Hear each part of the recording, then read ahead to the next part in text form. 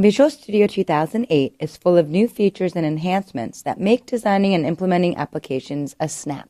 Some of these features may not be intuitive or easy to find. In this chapter, we'll review some handy tips to enhance your user experience and to customize your environment. Let's begin by opening up Visual Studio 2008.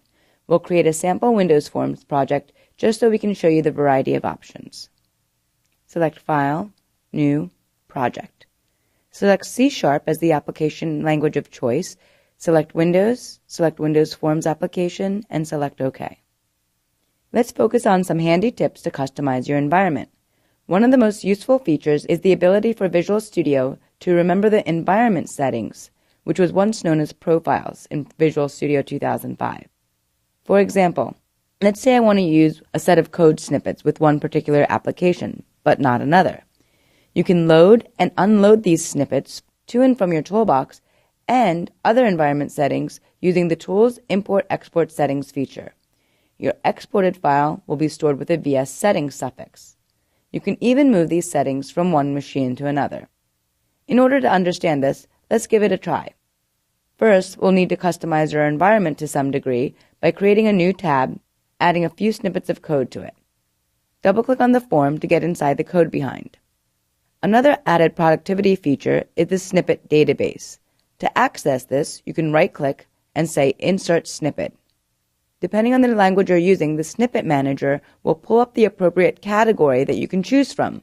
For example, if I wanted to do Office development, I can choose from Office development, Excel, Office, or Word-related snippets. Inside that, I might choose Formatting. There I can go ahead and bold a range, create table, highlight a range, and by selecting one of these snippets, it will automatically populate the relevant code for me to work with. Anything that I need to customize, for example, the color of the highlight, will be highlighted in green for me, and there I can choose to replace that value with a custom value. You'll notice that the tooltip will also pop up, prompting me for the appropriate selection. In this case, it's prompting me to replace with the highlight color for the range. Let's take this snippet, highlight it, and drag it over to our toolbox. This is another feature of Visual Studio 2008, the ability to drag and drop code components to and from your toolbox. If I right-click on this code snippet, I can choose to rename it. By default, it uses the actual code as a name.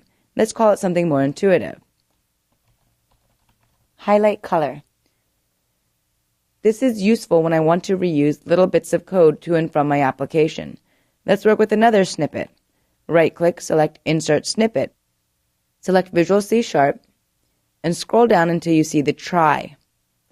This will actually add a try-catch handler for me, highlighting the exception object as a prompt. If I want, I can leave this as is. I can customize this by adding a variable to capture that exception. On the catch, I can decide to implement some logic. In the try, I might want to customize this. Let's say I wrote a significant amount of code, writing to the event log, or taking some kind of action that's consistent between all my different functionalities. And let's say I want to go ahead and reuse this customized catch block. All I have to do is go ahead and drag it to my toolbox, right-click, give it a name, type in custom try-catch. And now I have the ability to drag and drop and reuse this. I can even go ahead and add a tab to my toolbox. Let's give it a name, Custom Code Snippets, and I can also drag and drop code elements into a custom tab. By hovering my mouse over this, you can see that the actual code is popped up, and I can also choose to rename it here as well. So now that my environment is customized, let's go ahead and delete the code and save all our changes.